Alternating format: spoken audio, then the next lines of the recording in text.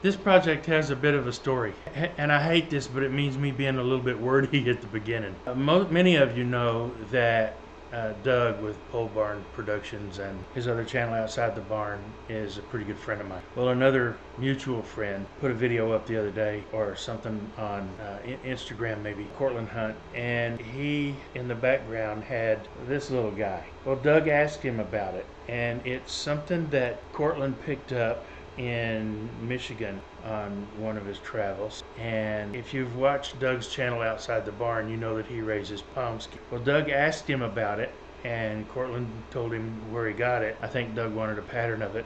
So I messaged Cort and asked him to send me photographs and dimensions of that little dog. And so Cort sent me pictures from about every angle, and he sent me the dimensions, and I converted those images to patterns. And so in this scroll saw project, I'm going to make this little dog, and Doug has a Pomsky named Annie that's black and white.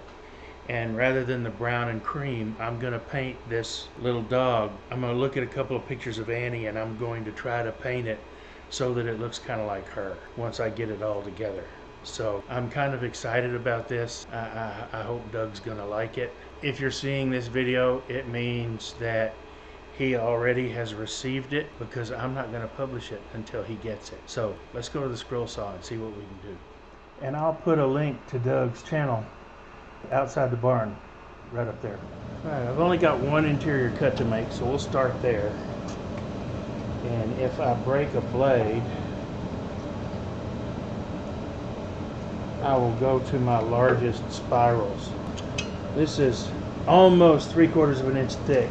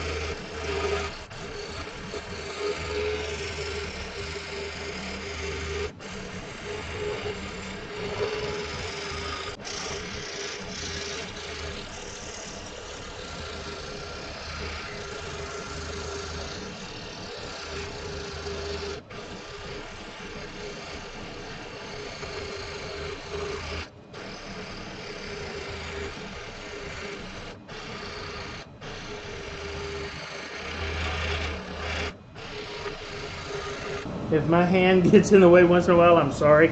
I'm not thinking about your view. I'm concentrating on mine.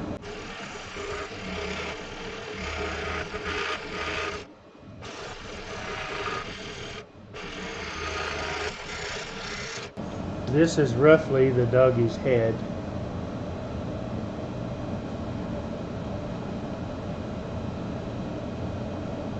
Isn't this going to be awesome? I love it. And this is just a circle. Pretty much act as a spacer. It'll be the dog's neck, actually.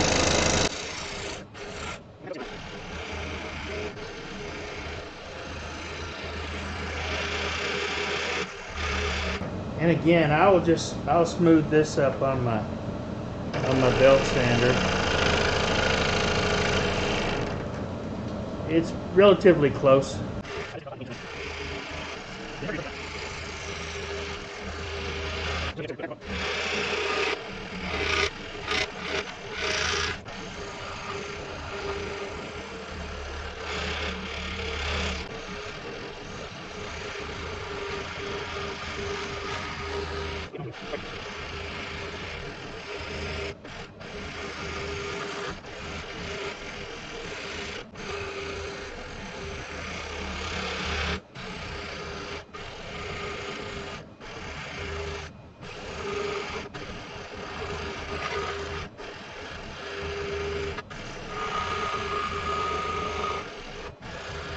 So, in case y'all are wondering where this wood came from, see the nail holes? Kiln dried, heat treated pine from a pallet. So, what do you do with your leftover pallet wood? Well, I do stuff like this.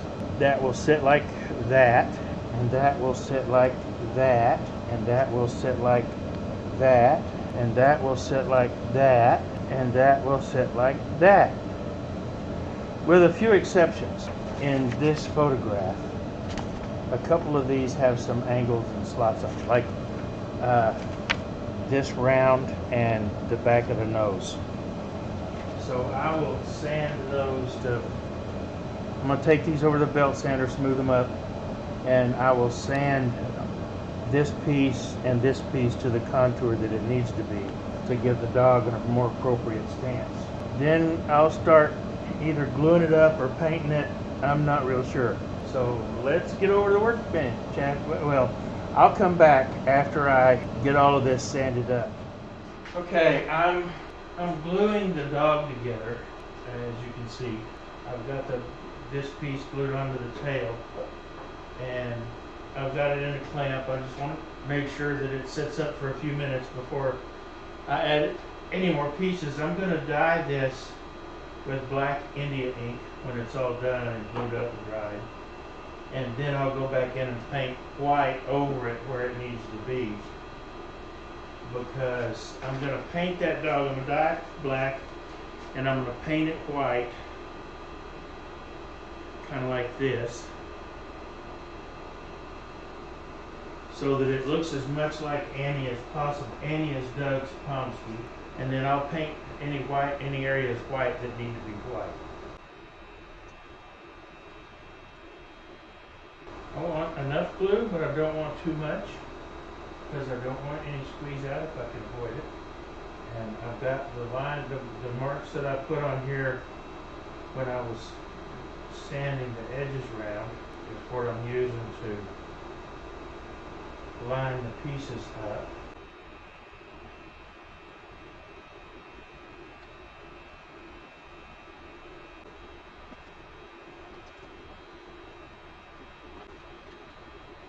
Okay, that looks good.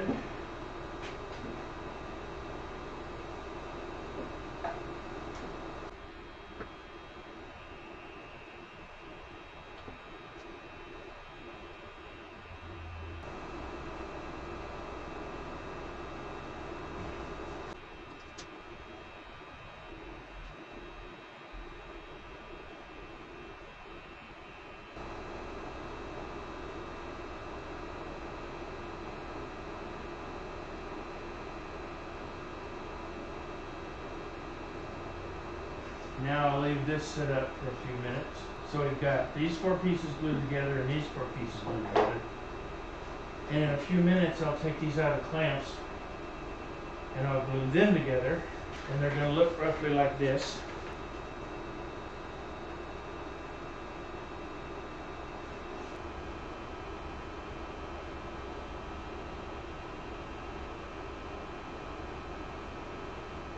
I'm doing this a little bit different. This one, the one that I patterned this off of, the dog's head was in a straight-on view. I'm cocking its head a little bit to one side just because I think it gives it a little added dimension. I'll come back in the morning, getting dye on it, and then I'll let it dry, and then I'll paint the white highlights. Okay, I'm not sure which of these views is going to be best for you. So I'm using them both, and I dyed it with Speedball Super Black India ink, and I put a generous coat of 1 pound cut of shellac de-waxed on it, and it's time to paint it. I did it black because I'm painting it to look like Doug's Pomsky Annie.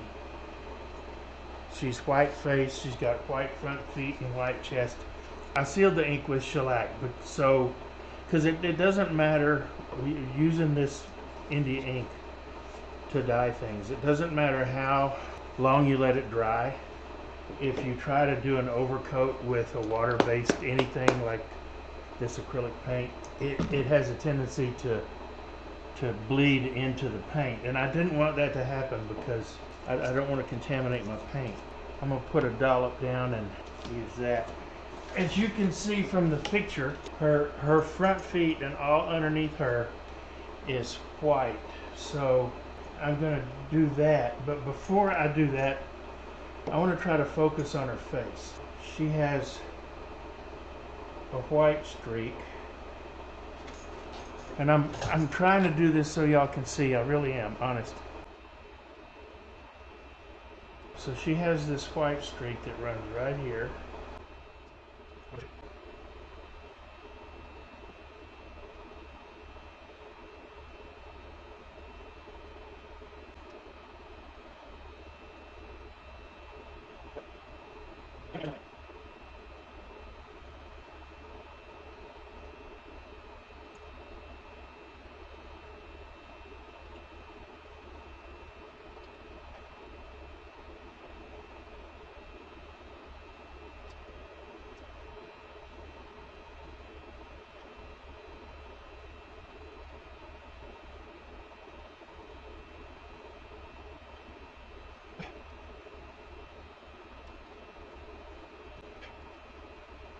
I'm going to have to put a couple of coats on this, I can tell. But I knew I was going to have to anyway to get this white to cover this black.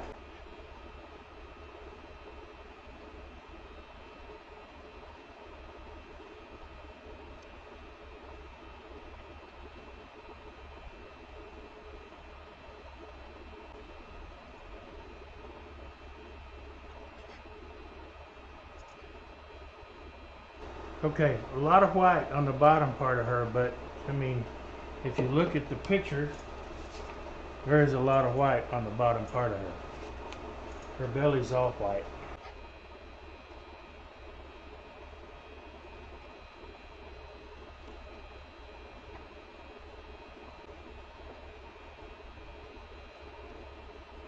So that's not bad. I think that's okay.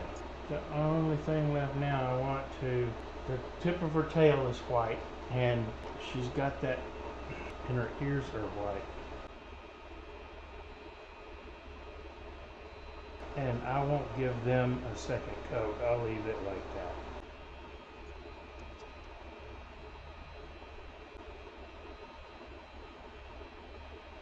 that. It may need a little more. She has one blue eye and one brown eye. I'm going to try and duplicate that.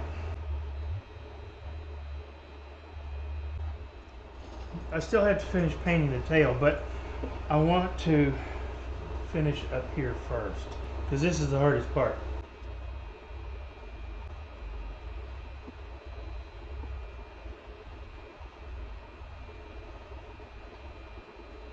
Got the blue done and the white done, I mean the brown.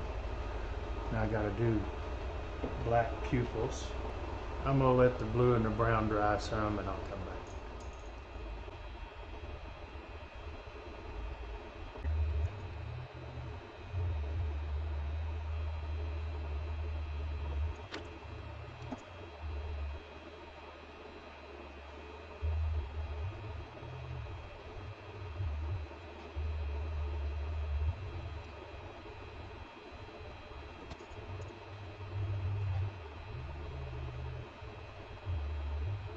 The underside of her tail is white.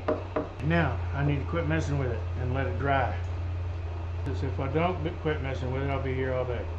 Now I will let this dry for a few hours, and then what I'm going to do is shoot it with Def semi-gloss lacquer. Come back in a few hours and shoot this with a light coat to seal it all in, and then I'll put 3 or 4 coats on it and we'll see what happens. Paint's dry, so I'm going to hit this with a light coat to seal the paint, I hope. I have used my wood burner on the bottom to sign it and date it.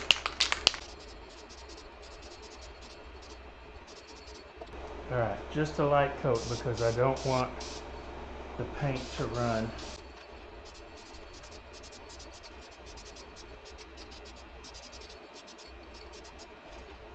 I didn't put 2 coats on the back because there's her underside of her tail isn't stark white.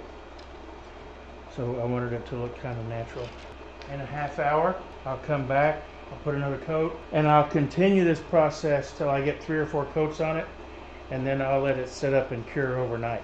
And I'll come back for the outro when that's ready. Well, as often happens with me, especially when I get a little excited about a particular project, I forget things. What'd I forget this time? I forgot to shoot the outro. You dummy. And I no longer have the dog here to show you because I've already sent it to Doug and he's already got it. So what that means is I'll just put some stills up and you can see what it looked like. Yes, he's got it and he likes it. I don't know if Barb has seen it yet, but it's all good. As you can see, here are the photos of the finished piece. All in all, I'm very, very happy with it. I was absolutely tickled.